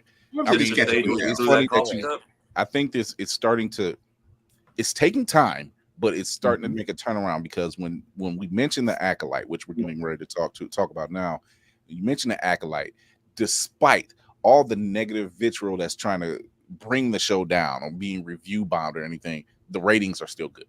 The ratings are still good, and people are like, they're destroying. I've seen people on Instagram and everywhere else just complaining about. I'm like, why can't you just enjoy Star Wars? And if you don't like it, don't watch it. If it's not the canon you're used to, so just sit back and enjoy it. Go ahead. I would say the thing that drives me nuts about the Star Wars conversation in particular is that this is the universe in which there are people with wings, 2 noses, 4 eyes, green, yellow, purple, extra limbs, and the black person is the person that takes you out of your fantasy, out of your realm. That's the part that I'm like, make it make sense. Hey, look at Kashyyyk. Even the Wookiees got a damn cicada problem right now. Look like right here. So, Acolyte, episode 4. Wookiee, no. Bro, I feel robbed. Between the boys and Acolyte, I feel robbed this week. So, Lady Mandalore, I want to put you up front because you are our resident Star Wars fanatic. Aficionado.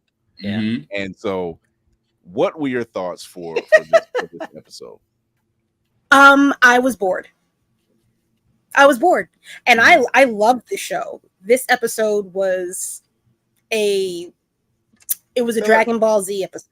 It was a Dragon Ball Z episode for me. Wow. No. I'm not She's right. That's not a bad thing, but I didn't think of it that way though. Oh, okay. Yeah, but it was a bunch of we're almost gonna get to that fight scene, and then yoink. Yeah. I hate when they do that. That does not mean that I hate the show. This is not a entry point for people to say the show is trash. It just means they had to stretch this out with some fluffy writing. Yes, it's filler. It didn't really do anything to make me like or it didn't do anything to move the story along. We all knew that she was headed to this planet based on episode, was it 2? 2, yeah. Yeah, because 3 was the backstory. Based on episode 2, she's going to go kill the Wookiee. Okay. So now we get our backstory, which is also technically a filler episode, if you want to be specific about it. All right, we're going to go see the Wookiee now, right? Where's the Wookiee? Psych. Yeah. I just I'm wanted. I'm like, where's my back? I'm like, I need my backstory, Wookiee Jedi story. Where's that? You know what? I don't need a backstory on the Wookiee Jedi just yet. I would have liked to have one. I would have liked to have seen him actually fight in any kind of a battle, because also episode 4 robbed us of that. I'm so disappointed. This is not the episode I want to be front and center for. Your fanaticism has put you here. Accept it. But I'm real about my shit. I'm gonna say when it's bad. That's at the bare minimum. You know, if I say something's good, it's a fuego. If it is basura, it's I wouldn't have. Great. I'm gonna put our guest Tony up front to ask him as well. You said you recently seen it as well, but like you said, Kira, that ending scene, I'm like, you could have. I looked at my iPad and I'm like, wait, I still like 10 There's minutes. a minute left. Yeah, I got time left. I don't want to see the credit. You could have stopped us mid-fight. Something. You didn't give us. You gave us the boom and credits. Wait a minute. Yeah. So Fade to black. Circle jerk, if you will. Circle jerk. I saw what they were going for, but I think that for me, it's like I said earlier, the math didn't math. Like things didn't add up specifically, because I don't consider this episode filler, because I think that there are a lot of things that were going on that I feel like could have been communicated a little bit differently. So there's this there's this budding ship between Osha and the other Jedi that makes fun of Yorn. There's a moment where they're walking through the forest and that like creature like pops up, and then like it doesn't pop up until Osha touches it, and then after Soul deals with it, the little people in the background, they said it really quick. They were like, oh, I went right for the lightsaber. And then it goes, they're attracted to light. And I'm like, oh, I see what you did. So we have twins born of the Force through nefarious means, one of which is like murdering people and the other which is like very not Force sensitive at all. But this thing that is only attracted to the light literally wakes up when she gets near it. So it's like, oh, I see what you're doing, especially in this episode where like meanwhile May and Kamir are having this conversation about like, well, does everything change now? What has the master taught you? I'm like, there's very much a narrative of light and dark that's happening right now. And it's being communicated in everything from those little tiny lines to the way that lighting cues are picking up in certain moments. Like I was like, I get exactly what you were trying to do. On paper, all the pieces are there, but a little bit of the way that things were arranged, I feel like could have made the message a bit stronger. And I don't like cliffhangers in general. I feel like we don't need them no more. You ain't got to do all that. Or if you're gonna do it, at least let them lay hands on somebody first. Like I'd be okay with it if you smoke bombed and then you give me like one saber impact. Like let me see you just like thwop somebody so hard that saber just like flies out and impacts into a tree and then cut. But don't. It was force push cutscene. Yeah. It was like a lot of flash, no bang. Not even flash. I don't know. But actually, it's more like whoosh and bang. Yeah. For Tony, I think you see it more because you've done the treatment. You know what it takes and what the descriptions are a lot easier than me or any of the other audience members might see. So you can make those leaps. Me, I'm like, what am I here for? Like, I'm waiting for all of these connections between OSHA and the light and the dark, and the fact that you have all these people that are in the middle of this light and dark area, the gray, that are manipulating the actual severe sides of the force. Like, I need them to make more connections with that. I don't feel like that's as blatant as that should be. I agree. There was a moment where May and OSHA were talking, or May and Kamir were talking, and he's like, well, have you ever seen the Master? And she was like, no. And I'm like, so you're just going off of everything because something happened. We still need to know exactly what something happened at that temple when you were a child, and it was never explained. We still have 4 episodes left. Is it 4? Yep. Yeah, 4.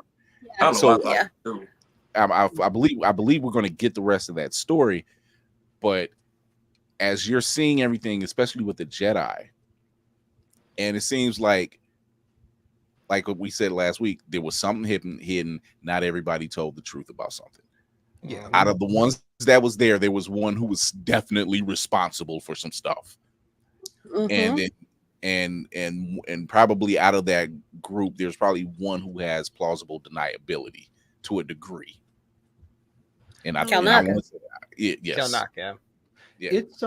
It's difficult to do. Like, I have trouble writing mystery elements like that because, like, think about One Piece, right? Think about how long One Piece takes to tell us literally anything. Like, I feel like the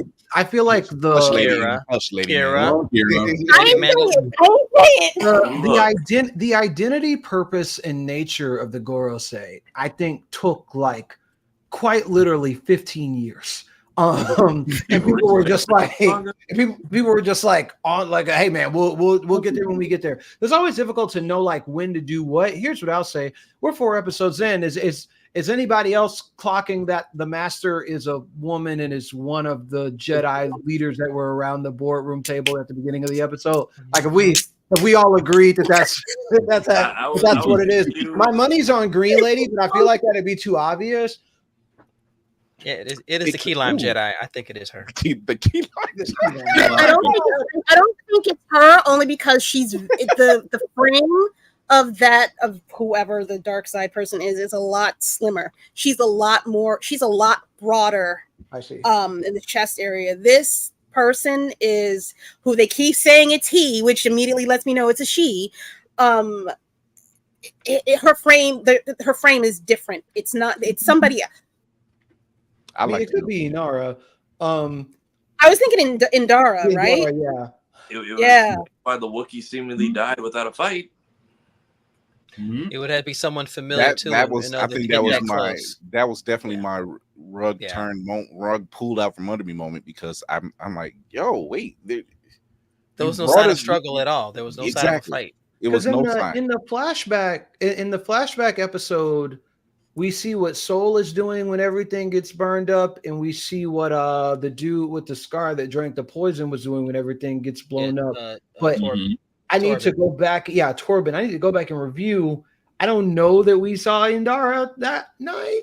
We didn't see Indara. We didn't see Kelnaka. We didn't see either one. Also, the Wookiee he didn't get attacked from behind. He got attacked directly in front. So he had to at least be in close proximity to her as well. Mm-hmm. So it was somebody he wasn't threatened by. And nobody sensed their presence when they walked up. Yeah. Like somebody familiar. Somebody familiar. Like they didn't deem them a threat or something. Yeah. Whoopty, what do you think, Whoopty? Yeah, Whoopty. Yeah, it's your turn now. Yeah. I thought it was short. I'm the one that was yelling filler in the comments.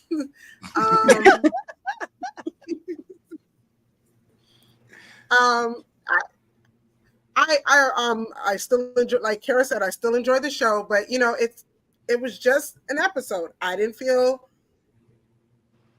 compelled in any way. It wasn't a punch. There wasn't a punch other than the punch in the gut about taking out Kelnaka with no.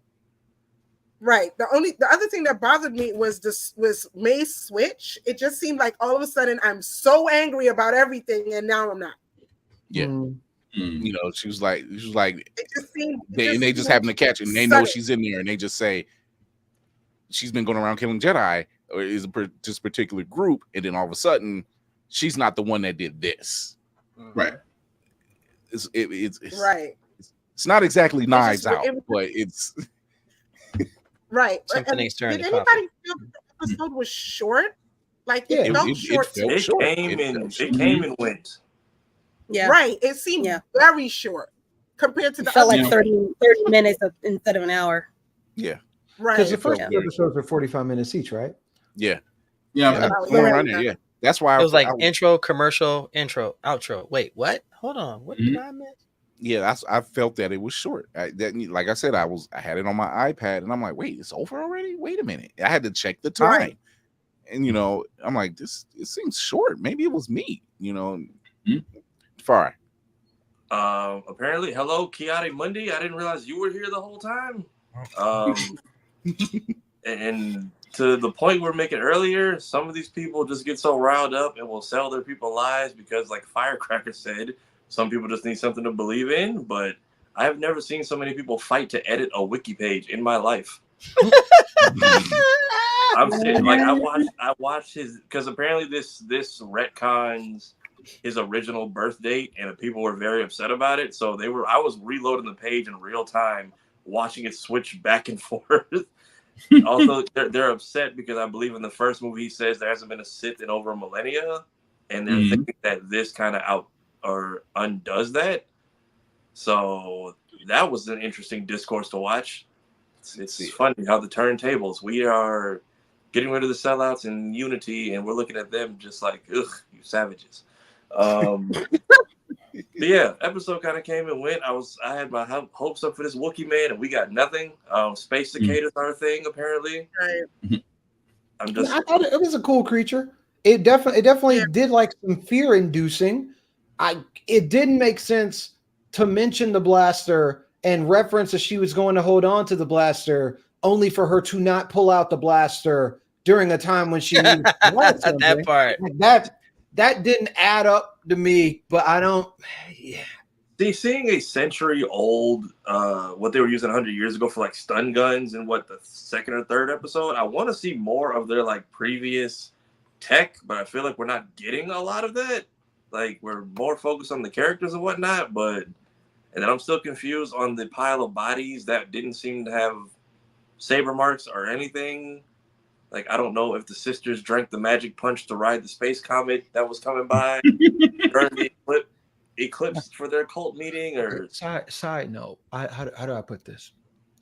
I'm a fan of the show, but when the Coven was doing their like seance type sequence, it looked like non-melanated people trying to do divine 9 steps. And I was like, where's the choreographer for this? Because we are not one band, one sound right now.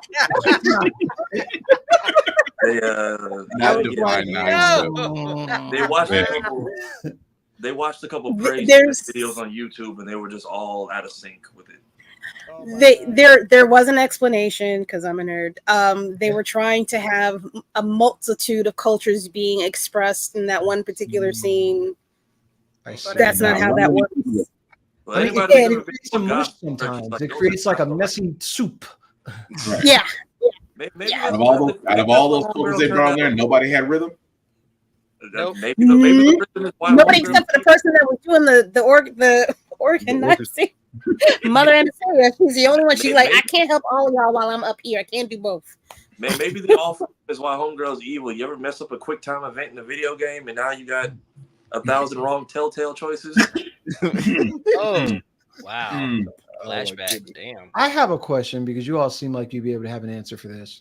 When we see the Wookiee at the beginning of the episode, when we show like the inside of their place, we see that spiral symbol. That's the same symbol that was put on May's head during the ceremony the week prior.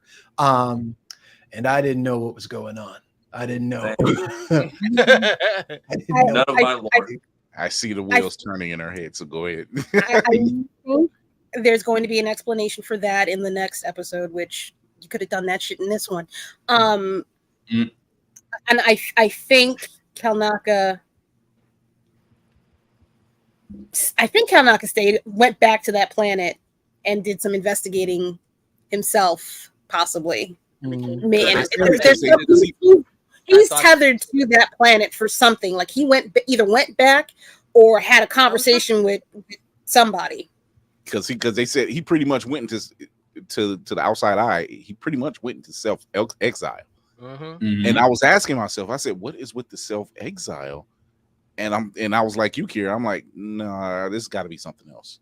He saw the Chapter Black videotape and he watched it. I gotta go. I'm wondering if this is the reason we haven't had a Wookiee Jedi since. It's like every time we give y'all one of our kids, they don't come home. So no, thank you.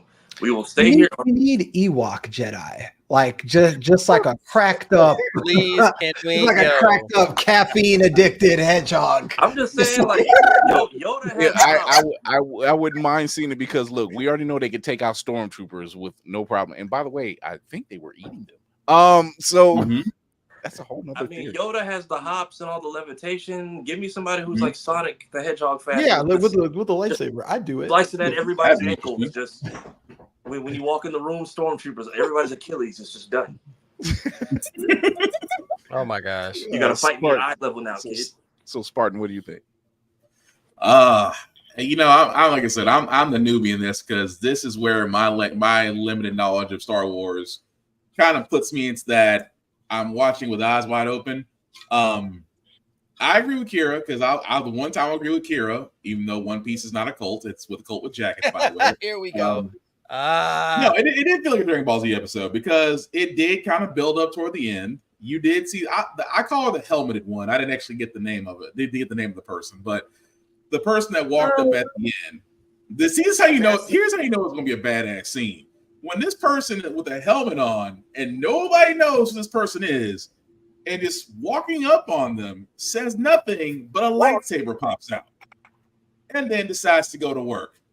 That's where I got mad because I was like, and we fade to black. Really? Yeah.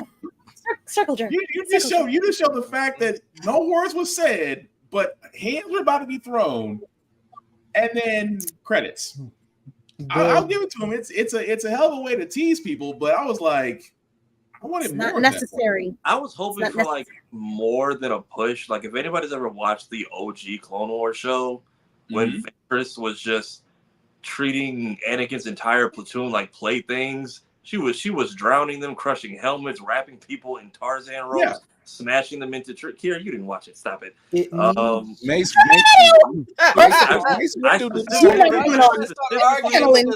what is wrong with you?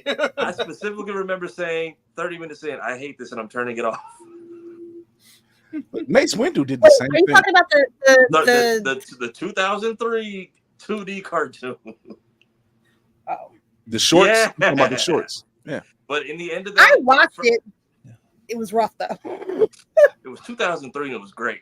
But yeah, when Ventress was showing us what the Force could be done and just how she treated those clones like toys, I was expecting that. But then we just get a push and roll credits. I'm like, you know, when Perfect Cell came back, he at least murdered someone's firstborn child before the outro went. He also gave him 10 days to set up a wonderful atmosphere to fight, though. And even that was fun. But here we got this is Trunks and Goten training while Boo was outside murdering people. I'm still like feeling good about the show. I think the thing that will make like my confidant level drop, that'll make me go like, is if at the top of next week, I need no questions, no setup, just smoke. I need smoke. I need heat. Because if next Tuesday I show up at 9:00 Eastern and you cut to the end of the fight where all the Jedi are laid out and everybody's and May's just there and sees the master and the master's like, you dare think of betraying me? And then we cut to the credits or something like that. I'm gonna be like, don't do that. If you build up to the smoke, I need bodies. Him, her, him. I need it. I need to see it happen. Don't do it. I need to see it. Yeah, I'm At sorry. this point, y'all have been cops for the last 4 episodes. Get with the brutality and jump this person. Navy. I'm trying to think of the right example. I need Gojo and Yuji fighting Mahito right now. I need Yuji and Toto fighting Mahito. I need some Shibuya level. I need something. I need that fight choreography. I need the zooms. I need the quick cuts. Give it to me. I need the cameraman to be on a wop timing because I need JoJo level action. I'm like, just go to work. No, just get busy. I don't. And because you brought up One Piece, I'll keep it spoiler free for no one who's reading. I need to feel about this reveal the way I feel about the Gorosei right now because, I'm further questioning why Shanks felt so comfortable around these people to just put his feet on their couch like that. But it's Shanks. It was giving Rick James energy. It's Rick James, but it's giving whoever his manager was at the time, because this is some next level stuff. Okay. But Navy, thoughts? Navy? He said it's so much. Same. Sometimes it's not enough E and too much H. I'll put it like this. I was skeptical going into it from the first episode, and I fell in love with it within the first 10 minutes. Okay, I see where this is going. And something in my mind said, there's going to be a filler episode, young man. Mm-hmm. Like, no, it's not going to be a filler. Bitch, you gave me a filler episode. But it did set up a lot of questions. Just like Kira was stating, it did set up a lot of questions. Especially about who is the master. And I'm telling you, it's Key Lime Jedi. I'm telling you, it's Key Lime Jedi. Straight up. She's the dessert nobody wants, but you're gonna get it anyway. I'm telling you right now. She come at you with a red knife, just so it's just the way it is. Key Lime Jedi. That's right. I mean, think about it. Why else didn't she want Soul to go on the mission? Like, she was explicitly like, no, don't go. Thank you. No, it's not good. Dream, you don't want to be. So subtly, she's like, oh, you don't want to be there for what's about to go down, big dog. I don't think that's what she wants. I don't think it's what you want. Yeah, because she was like, no, I don't want you being a part of this investigation. Pulling them to the side. I need you here. Pulling them to the side and say, why didn't anybody say anything about what happened at the temple and all this others? Okay, exactly. She pulled him to the side in front of everybody's view. And it didn't work because Soul was still determined. But I like the episode overall. I wasn't expecting too much from it because we still have more road to travel. But I like that it set up different questions because I'm true crime. I love it. So you got Kelnaka in the chair with a cut across his chest and he's dead. Like, who got close enough to you to do that, dude? Because you look like you 6 foot forever, 500 OMG. You was cooking. You was right, cooking and nobody's facing off with a Wookiee proudly. I feel like a Jedi Wookiee. On top of that, Mr. Rip off your arm and beat you to death with him. It feels like I can see I'm trying to Sharingan eye it and like look at all the pieces that's been moved. And I'm like, you started the first episode with like very intense combat, and I think there's a possibility that they were like, I just gave you 2 episodes of smoke. Now I'm going to give you some backstory, and we're going to ramp back up to the smoke. And I think there was a slight miscalculation in like how much we want the smoke. Like I need the smoke. I feel like if the scene with the space cicada had been a little longer and it been a little like if there were more of them, I was expecting a form. If we needed like a little more, like a little like this much more. Even the training scene at the beginning where like he's training them is like if instead of training it was sparring and it felt like they were actually putting some heart into it, that would have whet my appetite. I would have been fine. I could have waited until yeah. It was like Obi-Wan and Anakin. That felt like a deleted scene straight out the second movie, and they're just like, "Here's a little side dish to y'all get the main course at the end of the Obi-Wan series." Yeah. By the way, we were robbed of those deleted scenes of those fight scenes. Yeah, just deleted. Oh my god, If you want to implement watching their sparring scene felt like going back in time 20 years, and that was fantastic. But this, I was expecting us to like pull up to the forest because that's his like territory and see signs of like a battle and trees chopped. I was expecting some Force Unleashed type activity, and this man, Predators. like hopping from trees and what, and we got the fin treatment. All right, what am I doing on set? Just lay right here and just don't move. Okay, Pretty much. Right. Action. Wow. Give me first episode of Windbreaker. Just give me first episode of Windbreaker. Straight heat, straight violence, straight smoke. I need to watch it. I've been on Kaiju number 8. Bruh. Kaiju number 8 is good, but no time. Windbreaker, no time. Windbreakers go straight to him. You got 7 minutes into that episode, and there was nothing but bodies everywhere. He was laying them out. You know how you can go make you a quick sandwich or something and got the TV playing so you can hear? No. You can't do that. You can't you can't go get you a glass of Kool-Aid. You can't do nothing. You just gotta sit there because they're going right. I haven't even started it yet. I like the show. I feel like if there is a low point in our 8-episode run, it's like this one. I'm hoping I'm right. I'm hoping that this will be the lowest episode and everything's up from here because I need to, like Tony said, I ain't trying to see a bunch of bodies opening credits and the last person struggling. No, I want to see people. I need to see people get dropped. I need to see the cops try to jump this person who's technically done nothing yet, but still they all get dropped anyway. Right. Let's get Michael Myers versus the mob, even though Busta Rhymes and karate is enough to take you down apparently. Cinematic cassette. Yeah, I want to hear what Mayhem has to say about this. I've been waiting. Oh, well, see, here's the thing. We are close to time. That's number one. And two, I've had limited, like, me time this week. And the time that I did have, I've been in the gym singing, Unbig My Back, Stay Up and Hear Me Again. So I'm not actually caught up. So I relinquish the floor to the panel. Cool. Thank you for your motivation. Well, sir. that was a Russell Simmons pass off. Thank you for coming. God bless and good night. Right. In other words, Mayhem said, "Do what you do. I'll do what I need to do." So we're getting ready to wrap up. We're getting, like you said, we're coming to time. We're trying to keep these things tight, people. But with that being said, wrap up protocol initiated, Captain. Thank you to our guest, Tony Weaver Jr., number one guy. Look, once again, you get this. Thank you. We love what you've been doing. We love what you've been doing with just everyone, and instilling that confidence in kids across apparently the country and overseas, and just giving Lady Mandalore tips about Japan.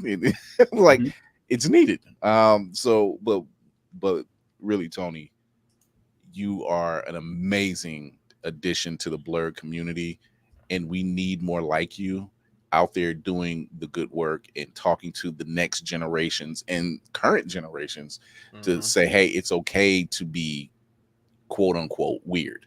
It's okay to like these different things, these different animes. Don't worry about it. Water finds its tribe. So thank you once again. So tell everybody where they can find you and your book. I am at Tony Weaver Jr. on everything. Weirdo is basically everywhere. Amazon, Barnes & Noble, Target, Bookshop. You can pre-order at your local bookstore. It comes out September 17th. But it is my goal to get 5,000 pre-orders. So that is kind of what I'm pushing towards right now. So I would appreciate it if you could support me in that. Do that. Go out there, show your support. This man is really doing the good work. Thank you for your time. Thank you for joining us. And with that being said, Lady Mandalore. Hi. First, Tony, thank you for giving me your time at the at the Schomburg a couple weeks ago. Appreciate you very much. Also, you are more than a bridge. You are a tether. I think you are something that is you found your anchor, and you're something that other people can hold on to in order to grow. So Thank you. I think my show, Roomful of Blerds, yes, it does. It airs on YouTube on Sundays at 7 p.m. Eastern Standard Time, where I am currently in the throes of talking about independent comic series. We've been reading a few upstarts this week. Oh my God, I completely forgot what his name is. I am so goddamn sorry. Jesus, I swear I'm sorry. I have another intro indie comic maker. And we will also be talking about Midnight Comics and their series, and I'll go into more detail about episode 4 of The Acolyte because It's so much to digest. It's so much to digest. We'll talk some more. We have you can find me Roomful of Blerds on pretty much everything, Twitter, TikTok. I do some voice acting. I am very sleepy and slightly hungry, so I'm going to end my rant here. Navy is also my co-host on Roomful of Blerds, and he is invaluable to me. Thank you, sir. Feels good having a second in command, doesn't it? It does. Thank you, sir. Whoopty. Talk to the good people. Hello. I'm Whoopty Freaking Do. You can find me here or shirking off my duty on TikTok at Whoopty Freaking Do. And if you're ever in the look for, Jesus, words are hard. If you're ever dirty nails or just nails in general, you can also find me at, yes. Here we go. Yes. My Demon Slayer nails. You can find me at Fresh Press by Z. Yes, those look good. All right, Navy. My brother. Ladies and gentlemen, boys and girls, blerds of all ages, good evening, good morning, good afternoon. Once again, it is your frosty bearded blurticorn, the oldest cat on the panel. You see this name right here? This is where you can find me. I'm across everything. I'm on YouTube. I'm on Twitch. I'm on TikTok, unfortunately. And to my esteemed captain of the room, it is Anna Beats Comics that we will be Thank you, Jesus chit-chatting with. That we'll be chit-chatting with to talk about their magnificent project here. Come on with us Sunday at 7 p.m. Absolutely. I still got the Blurticorn combos coming. Come on, you know I got you. I know. The beard and I, we got you. It's a tag team, okay? If the beard hits you, just be careful. That's all it is. We are working really hard to everybody who has been supporting us. Thank you so much. BlurCon is coming along. If you're going to come to BlurCon, please come, show love, be a part of this amazing thing. It's Summer Madness. We're working really hard to take care of that. The crew's going to be there. I'm going to be there.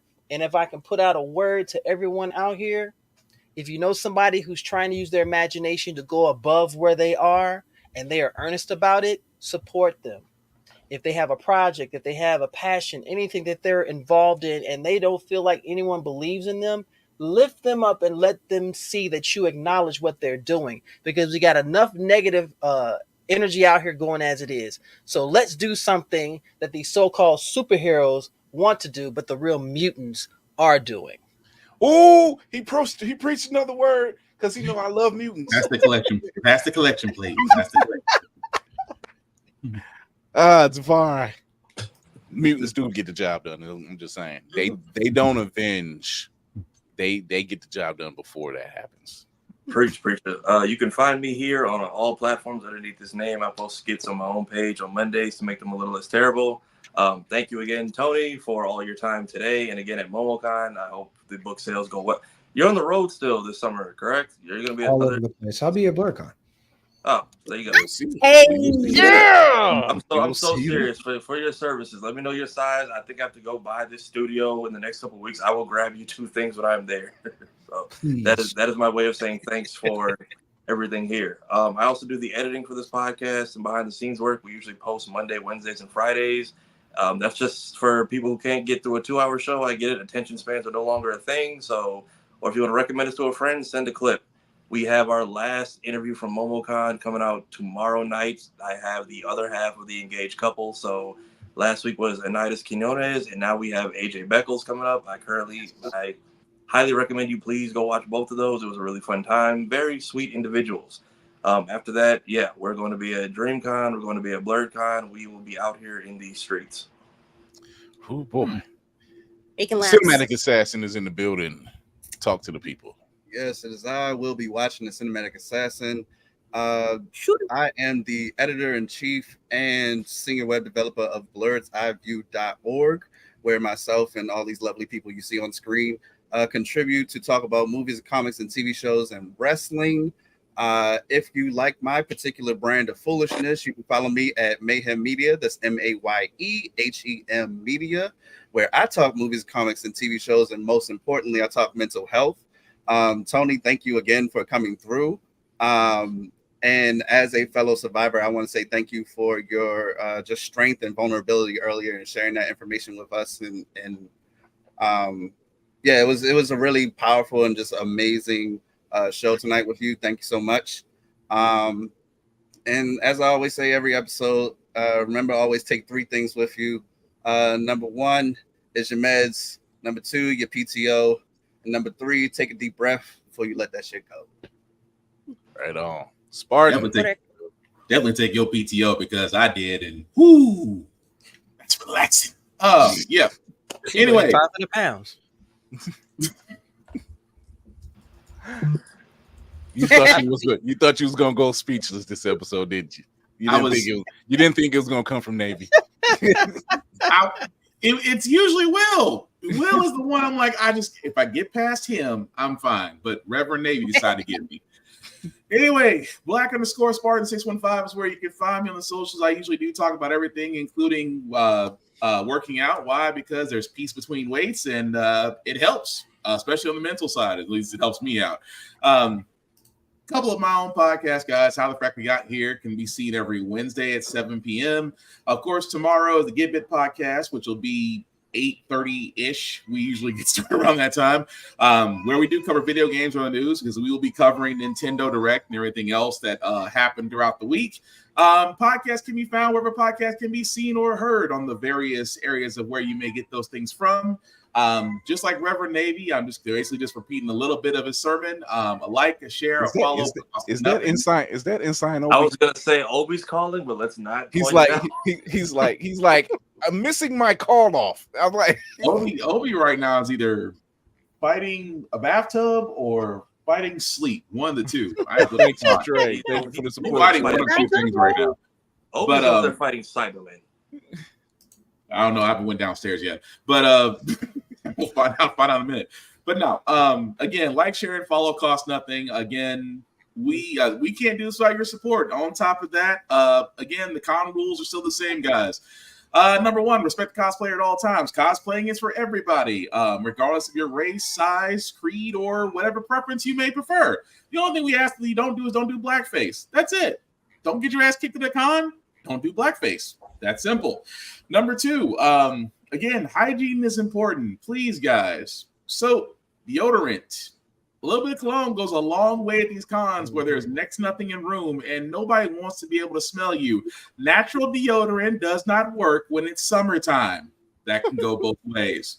At the same time, guys, last rule that I have for myself is for everybody else. In a world that is cold, that is unforgiving, be nice, be kind, share fandoms, don't be a dick, and we'll all be cool. Thank you. Hey, everybody. It is your man on the wall, Chris Fury. Thank you to our guest, Tony Weaver Jr. Go show your support. Go get that pre-order for Weirdo dropping this September. Tony, we will be seeing you at BlerdCon because we are the premier news station, the news core for Blerd Station, and we are sponsoring BlerdCon. So maybe we can get a sit down. We have a couch and a couple chairs, and we're getting the setups together. So nice little ESPN style setup. So we might get you, maybe run into you, maybe get you on for a little bit. Thank you to this amazing crew. We do great every week. We do great through the chats. And when you're not hearing me do voice work on somebody's project, or I'm not being the news director over at Blerd Station, then I'm doing Blerd's Eyeview, and I'm just fostering other people and showing love to other Blerds in this Blerdy community that are really out here making a difference and showing up and showing out. And with that being said, you can catch us every Tuesday and every Thursday, 8 p.m. Eastern. YouTube, Twitch, and IG. IG only for an hour because it won't go past an hour. But go show your love on the YouTube channel. Check us out on Always Press Record through your Roku and Amazon Fire devices. And with that being said, remember to educate yourself and others, entertain yourself and others, and most of all, encourage yourself and others. Tony, I can't say it enough, but I'm going to say it again. Thank you. You are an amazing person. You are an amazing addition to this community. We need you. We need you. We thank you for that story you shared with us. It was very open, very raw, and I hope that that message was received to those who are out there listening or watching us. So thank you once again. We will catch you guys next week after the heat wave breaks, because Jesus. Jesus. But I've been having a fan going on me the whole time. So but thank you once again. Go show your love, go show your support. Give flowers while your people are out there right now. Don't wait till they're gone. Don't wait till your favorite podcast goes away. Just give your show or your favorite indie comic artist. Go out there, support. So we will see you guys next Tuesday.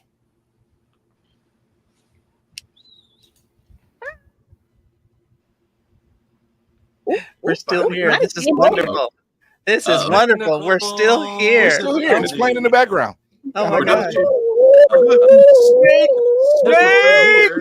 y'all later. Somebody acapella the outro. Thank you. Thank you, Trey, for the donation, by the way. Everyone's channels can be found on the home tab. Thank you, Tony, from a fellow Oreo. Here we go. We're out.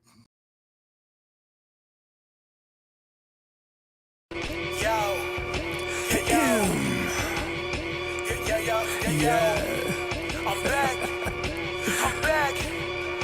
Yeah. Look, crazy 8 the great nerdcore rap guy. Got into a dual fate and I just pulled a trap card. Third-rate rappers with a fourth-rate catalog. Destined for the shadow realm, y'all should never act hard. Flow is so insidious that I need an apprentice type. Master with the force, peep the context in my sentence, right? Phantom like the Sith is, just don't ask me what my pen is like. They know that I'm the menace, who you kidding? Bitch, I'm Dennis Knight. Sweet to drive, hide-headed, rhymes are surely cold. Tested, you can never twist my metal like the jury gold. I ain't never mad when I push it to the max. I got Chris riding with me, about to turn this bitch to Fury Road. Since animated, I'm the one the crew congratulated. Winners will provide protective cover like it's laminated. Damn, I made this 16 like a guillotine. It's fascinating. If you think that you're ahead, you get decapitated. All that aside, I ain't merely here to rap words. I'm here to tell you who representing for the black nerds. And to remind you, neither one of these are bad words. Biggest living mirrors, they just choose to see it backwards. Who be the leaders of discussion when the topic trends? Dissections got the culture under microscopic lens. Who got the type that you can miss it from the start and make you feel like an expert on the subject by the time it ends? Check the stat, Louis, viewership is mad nice. All these other shows don't seem to cut it, that's a bad slice. Off the books with unscripted drills you can't write. No vampires, but these interviews on Anne Rice. Yeah, this is the best part. Rhymes on Mandalorian, Independence made a best score. Starting a war with these stars, you won't get far. This is the way you play a game of life or Death Star. So far removed from the drama, we don't notice harm, but won't hesitate to shed a light like a Patronus charm. With mischief managed, troubles at a disadvantage. Must be something in the water, dip your toe because you know it's warm. Where can you find another show with such a fine cast? And if you try to box them in, they playing Minecraft. And basically the sum made up like you define now. This crew's the best and it figures like a line graph. A merry band like the words I